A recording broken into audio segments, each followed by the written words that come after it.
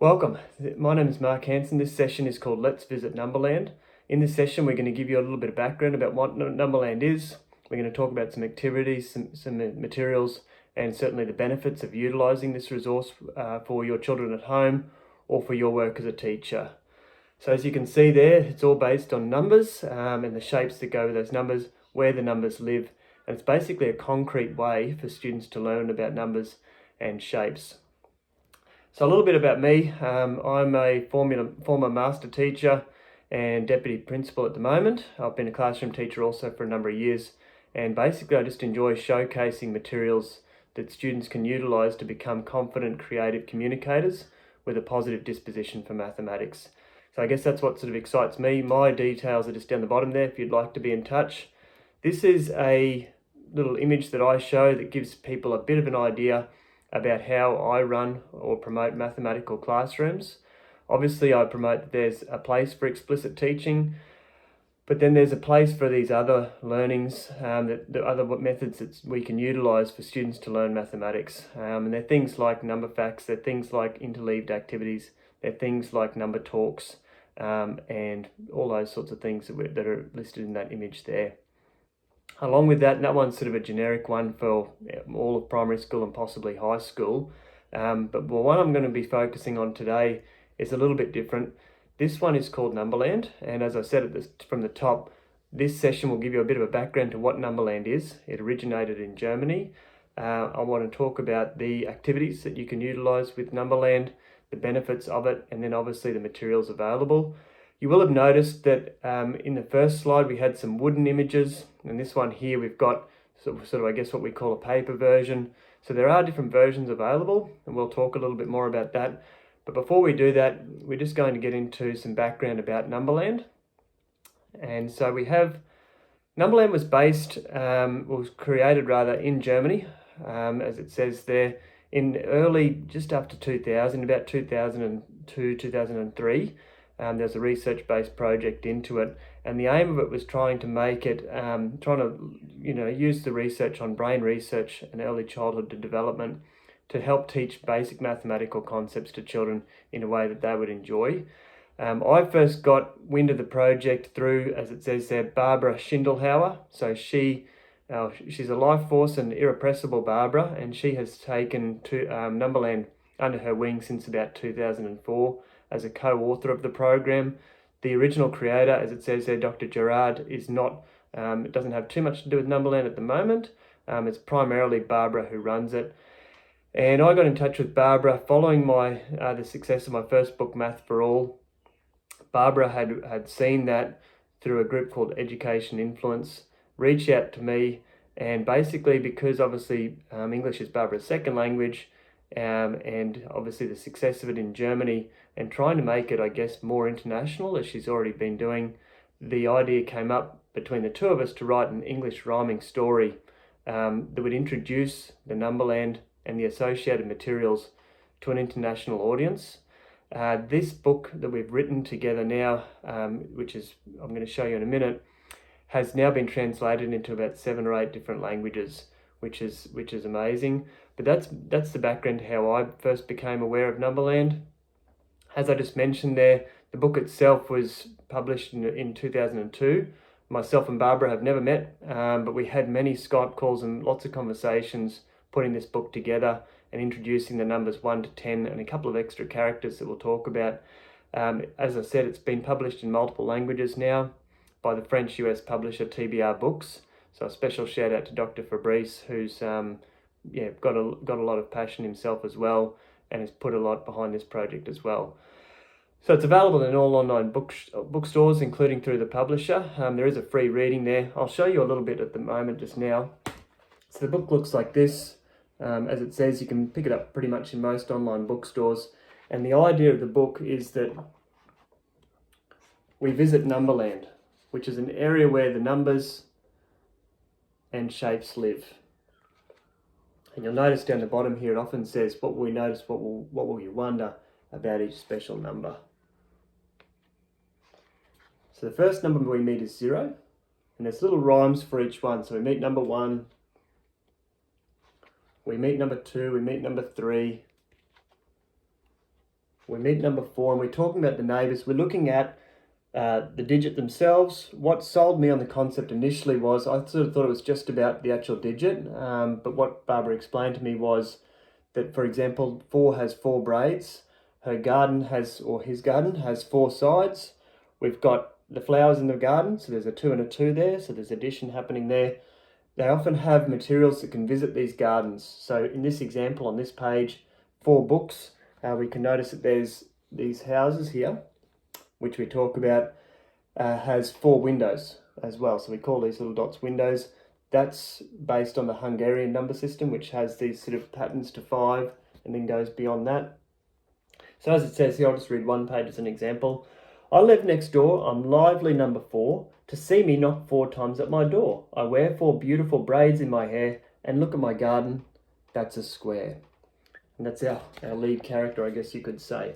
We go to number 5, it keeps going, and we notice things on each page. So you might notice on this page, for example, and the students really enjoyed looking at this, that there might be 5 clouds, or you might notice that there's 5 buttons on his shirt, or you might notice he's got 5 teeth. So on every page, there's something more for the students to learn. Certainly a book you could read and reread. We meet number 6 and number 7.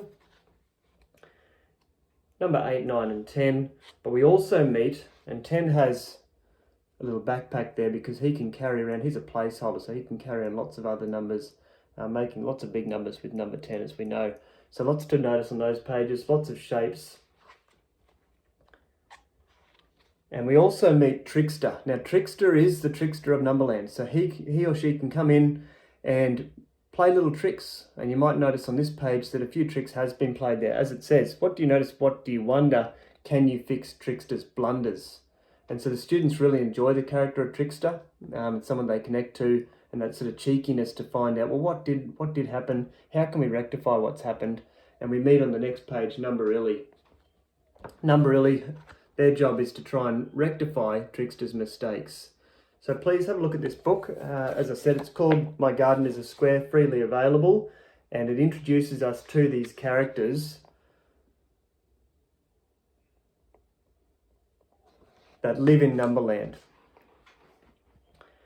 So a little bit more about the concept, which we're sort of starting to understand a little bit here, but basically each number has a character, each number has a house, each house has windows, a garden, a planting bed, and even little worms that visit the garden. So there's a fair bit to get into with this concept. It's all based around the conservation of number. We're looking for addition as well, we're looking for petitioning, we're looking for a whole lot of things, a lot of language. So a lot of talking about, for students, what do you notice, what do you wonder, what do they notice throughout the concept. So this one here, as it says there, was created from the paper set and can be made, freely available basically, and created however you like. So the planting bed there, as you can see, we can talk about, they're not just blocks in Numberland, of course. This is a magical world. So those blocks could be, yellow cucumbers, or they could be anything at all, mangoes, whatever you determine, whatever the students think they'd like. They could be mango trees, they could be anything at all. We're noticing that the garden for this one, for example, number 4, the garden has 4 sides. We're being led by the children. So we're looking for, wherever they're at age appropriate wise, they can utilize these materials. So you might be thinking, well, how do we set up Numberland? As you can see there's another layout that's possible with this cutout number set. And we're introducing children to Numberland in a personalised manner. So be led by the children. It's age appropriate, as I've mentioned, and we're wanting them to sort of lead that discussion. We can encourage exploration and discussion with printable materials, the cutting, the folding of all that. As we're actually creating Numberland, particularly older children may want to play a part in developing that. You could look at creating a number each day. So as the students come in, maybe you could read a few pages of the book, make the first few pages of Numberland come to life with this concept here that we've got, and then each day read another page or another couple of pages and have the students notice and wonder, how are their gardens different? What's happening with the windows in that one? What number do we think will come next? What do we notice about these characters? We're discussing the gardens. There's a lot of sabotaging happening. So you might notice in these gardens that we've got, as it shows there, the 6 sort of flowers. we're not just putting 6 random flowers on the garden. We're wanting students to see that 6 is 5 and 1 more. Another way to look at it could be that you could have sort of 2 and a 2 and a 2. So you could have, the doubles facts to show that was 6 as well. But we're not sort of talking about random number allocations. We're wanting students to get used to the patterns in number. We're wanting them to get used to the quantities, get used to how numbers can look, and noticing the differences between those. The beaded little red images you can see there, the number beads, they're not just number beads. In the world of Numberland, the magical world of Numberland, these are worms who visit the garden. So basically anything with the features of that number can visit that garden. Okay, so we've got the bears, 4 bears in the garden that's got 4 sides in the number 4. 5 bears in the garden with 5 sides and the number 5. And 6 bears visiting the other one. When we get into it also, I'll show you on a couple of pages, the other things that can sort of visit the gardens and things like that. So for example, if we've got a little toy car, it might have 4 wheels. We can say it can visit the 4 garden because it's got 4 wheels.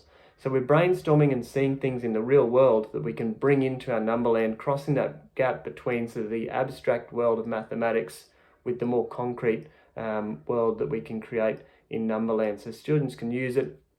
It's very tangible, and the students just love getting to know these characters and seeing what they're all about. So here's another couple of images that just showcase the way that it can be set up, it can be created. We saw one in the previous slide that showcased the paper method, and we've seen a couple of those. The wooden materials are available through Haber Pro, and we're looking at getting them a bit more freely available throughout the world. So we've got, when we've got the wooden materials, or whether it be the paper materials, you've got options to set it up, and each day could be different or each week could be different. Students playing with how it could be set up. So perhaps it could be set up as a circle and going around and looking at that, looking at the differences between these numbers. So what does 2 have that 1 doesn't? What are the patterns happening? When we're looking at setting it up like a road or a street that we might have in our country, you can look at that it's sort of odd numbers on one side, even numbers on the other. So that's another way to look at it. As a lane, as it shows there, just straight across from 0 to 10, and students love walking up and down that lane. You can do lots of activities with that. Students enjoy, you can say, okay, go and stand on number 4 or go and stand on number 7 or whatever it might be. You can say, take another step up or add 1 more number, take away 2 numbers. What would be 2 less than 8? What would be 1 more than 7? Whatever it might be, getting students to have a look at the patterns that are created with those numbers. As you can see with the houses too, so the number 10 doesn't just have 10 window dots that are just random. You can see, as I said at the start, it's based on that Hungarian number system. So 10 is 5 and a 5, 6 is the 5 and the 1. So students are really trying to see those patterns that are shown between that. You'll notice that each character has a concrete element to them as well. So for example, the number 2 has 2 feathers in its hat.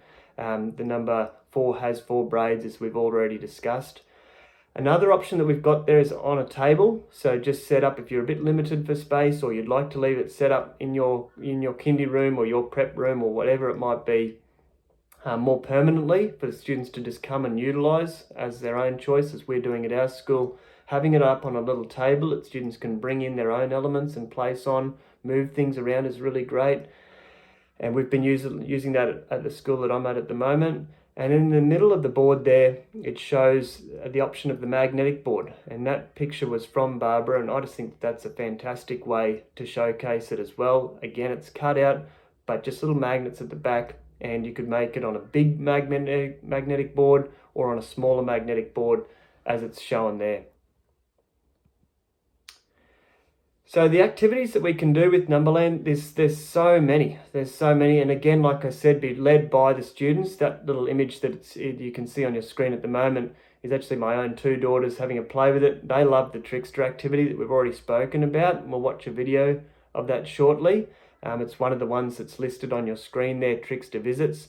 So Trickster Visits, Numberland, children spot the error. Was there only 2 pebbles in the garden? Number 3. Other ideas include incorrectly ordering the numbers. Some cards may be turned upside down. So the world's your oyster with that one. Have a play with that. Students love being trickster themselves as well. So, you know, they can get other children to close their eyes, then, or maybe leave the room. Then the student makes some changes, what changes have been made, and the students try and figure out what has happened and what has occurred in that. The other activities that are mentioned here come from the travel guide that Barbara and I have put together, and that is available through the Numberland website. A lot of it's set up through the Numberland website. Please take a look at that.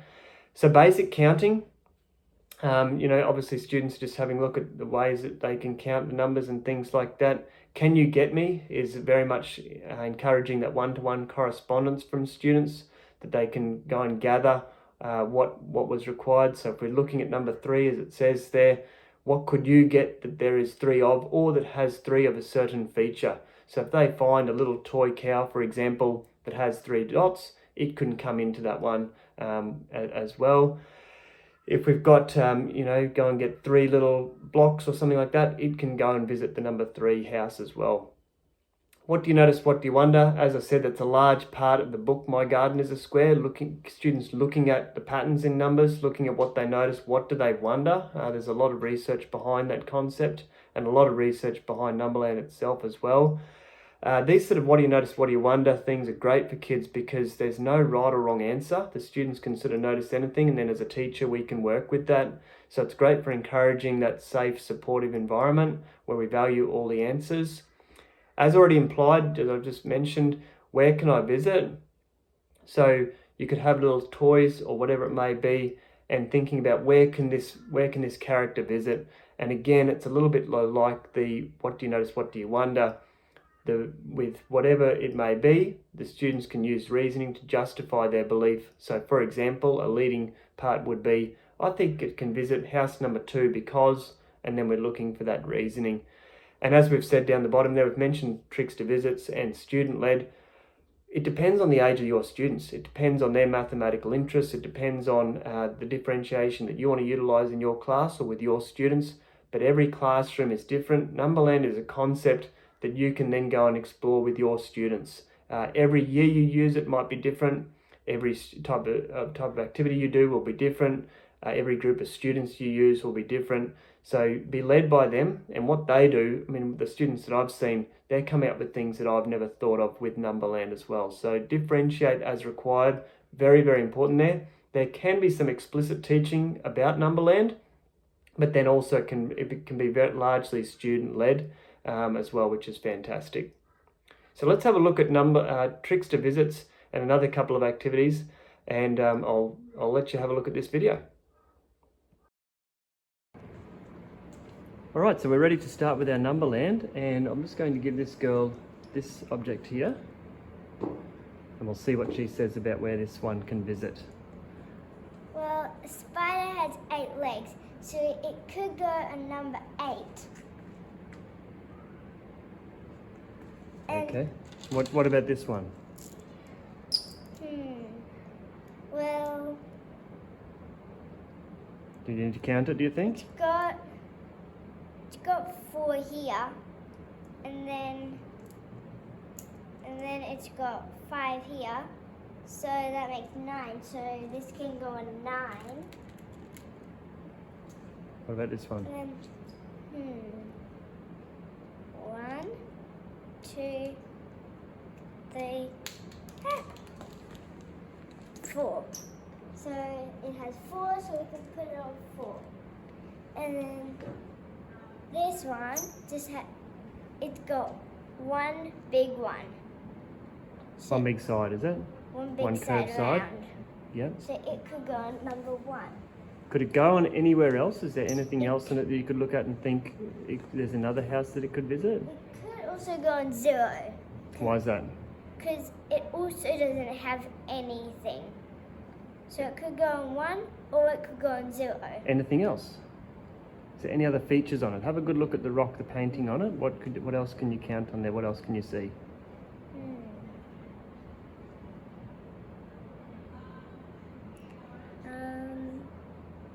Has 2 ears. Okay. So it could go on number 2.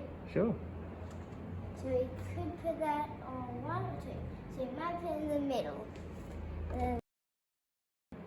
Okay, so trickster game number 1. Let's see if she can spot what's happened, what's changed in our Numberland, and if we can fix it up and use Numberelli to rectify this situation. Can you talk us through what you're thinking?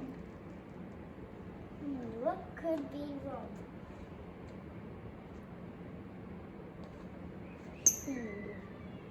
The bee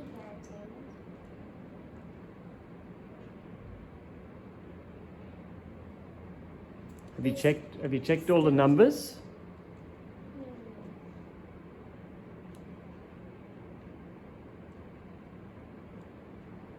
They're all good. Yeah. That's okay. I wonder what could happen.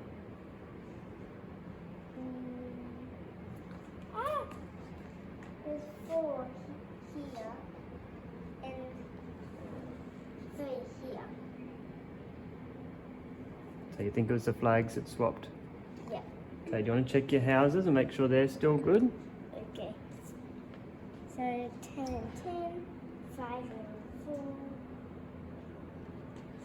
5 and 8. That's good. That's 5 and 3, remember? 5 and 3 makes 8, yep. Next one. You're counting backwards, are you? 6 is good. 5 is good.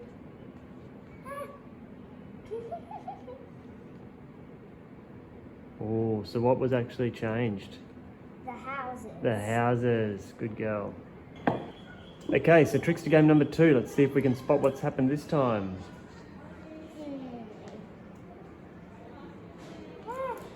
This is on number 8 when it's meant to be on number 9.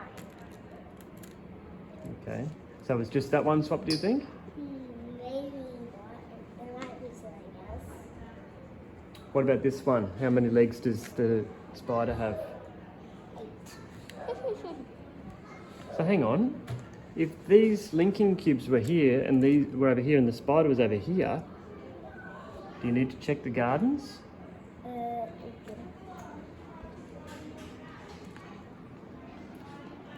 The worm's in the right spot?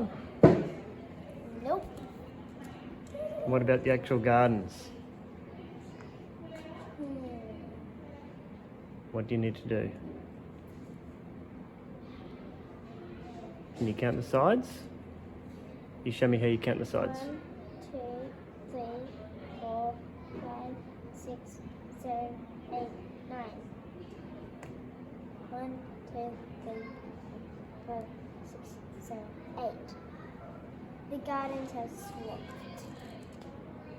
Okay, trickster game number 3. I wonder what would happen if we make her our trickster.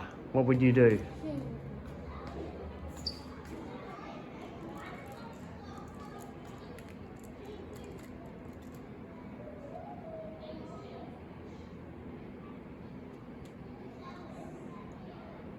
That's enough changes, that's good. Okay, so what did you change? Well, that was supposed to be 9, and I put that at 10, and this is 8, and this is 9. How do you know that that one's 8 and that one's 9? Because there's 1 less. Is there? Yeah. You can sort of measure it like that when you put them together, can you? Yeah. Do you think you'll trick them? Yeah. Do you like Numberland?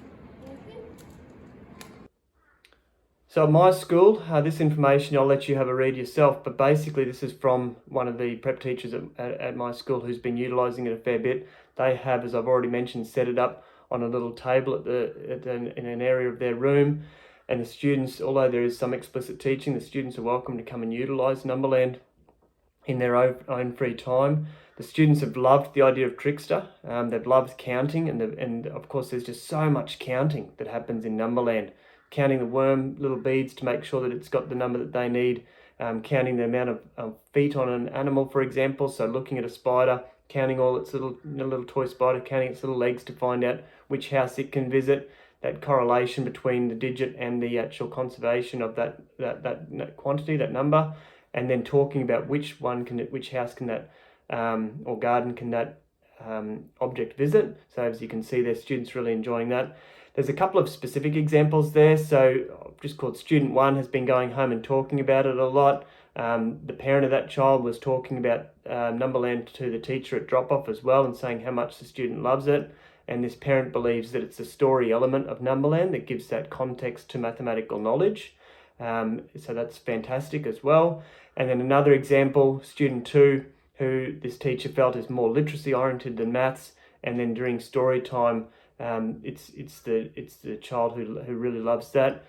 Struggles with recognizing numerals initially, but then has been picking up the numerals now that the mathematics is held in that story concept, which is great.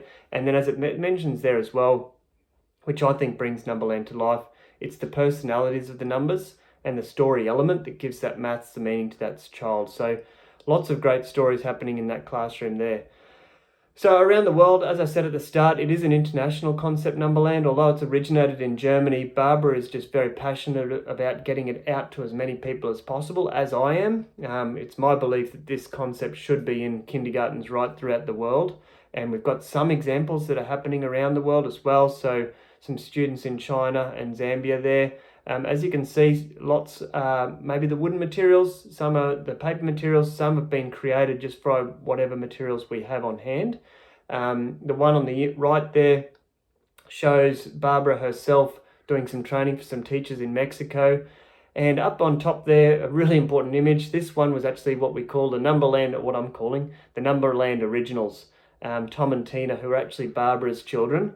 And they were the stimulus for Barbara to take this on when she saw how much they were enjoying Numberland and how much they were learning about maths throughout it. So a shout out to Tom and Tina as well. So you might be thinking, yeah, that sounds good, but is there any research behind it? And yes, there is. So the research was completed in about 2006. It was published in a peer-reviewed journal in Germany. They found that within a 10-week period, to summarise, that students of about a 3 to 6 year old age were making a year's worth of mathematical growth. What was also more important in a way was the language that they were using. So it's that oral language, that developmental of language that we're looking for in younger students. So it's not just a mathematics program. Because there's so much talking, so much reasoning, so much thinking, it very much is a literacy style program as well. The justification that's required for students is high, and we're working with where they're at developmentally. So I think that capacity to differentiate, that capacity for it to be a mathematical project, but also obviously the literacy bend is fantastic. And a few quotes there that we've got there as well from other mathematicians or other teachers who've seen the value of this project. So you might be thinking, okay, I love Numberland, but I'm just not sure exactly how it works. And as I've said, it's going to be up to you how you utilize it. There's some ideas here that we can share. So a smaller group of students rather than a whole class is ideal. You can do it with the whole class, but it is slightly more challenging. Obviously, differentiating anything for that many students at the same time is tough, but it can be done. Having said that, groups of sort of 6, 7 or 8 are ideal. So if we've got students that can bounce off each other, they can share that energy. As it says, their whole class time can be done as well. And as I mentioned earlier in the video, a number of the week, where students can basically utilize that number, think about that number all the time, go home, talk to mum or dad or whoever they live with, and think about what materials they can bring in that match that. That one there again shows number 4. So there's so much that can be done, and the students can be our guide with it. So the resources available, there's a fair few, and this is increasing. So as I've already mentioned, the My Garden is a Square picture book, which we've seen just earlier today. It's down here. Available through TBR Books and also any online bookstore. There's a cut and play activity book coming out as well, which basically has all the numbers as it shows there just on the screen, with number 5 holding up. It's got the digit, it's got the house, it's got the character and the garden. So you can create your own Numberland set from the cut and play set as well. A digital version of that is available through Barbara's website on Numberland, and it's listed down the bottom there, numberland.net. And then there's a free trial pack as well in the center there, which showcases, for number 1, little worksheets and a whole lot of stuff that can be done if you're looking to utilize this and maybe use a number of the week or a number of the day with your students. And on the right of your screen there, the wooden materials. So as I mentioned, they are available through Habba Pro. They're not freely available or widely available yet. I get no royalties from any of this stuff with Numberland. The book itself, I don't receive any royalties either. So I'm just passionate about getting the word out there about Numberland, and hopefully you can see the value in it as well. So Barbara has an option at the moment as well. So about $79, £40, you get access through Early Years TV to an episode that she's got up there. It's over 2 hours of virtual lessons about Numberland. It gives you free access to all the materials as well with that. The travel guide, all the activities that you can utilize with Numberland. A lot of materials with that, and getting to know Barbara, I'm sure, would be a pleasure for you as well. So please contact me with any questions. I would personally love to see how you utilize Numberland in your setting. I'm available at those handles just down the bottom there, or you can pop on to numberland.net. And please, thank you very much for the opportunity today, but please let us know how you go with Numberland, and I hope you have a great day. Thank you so much.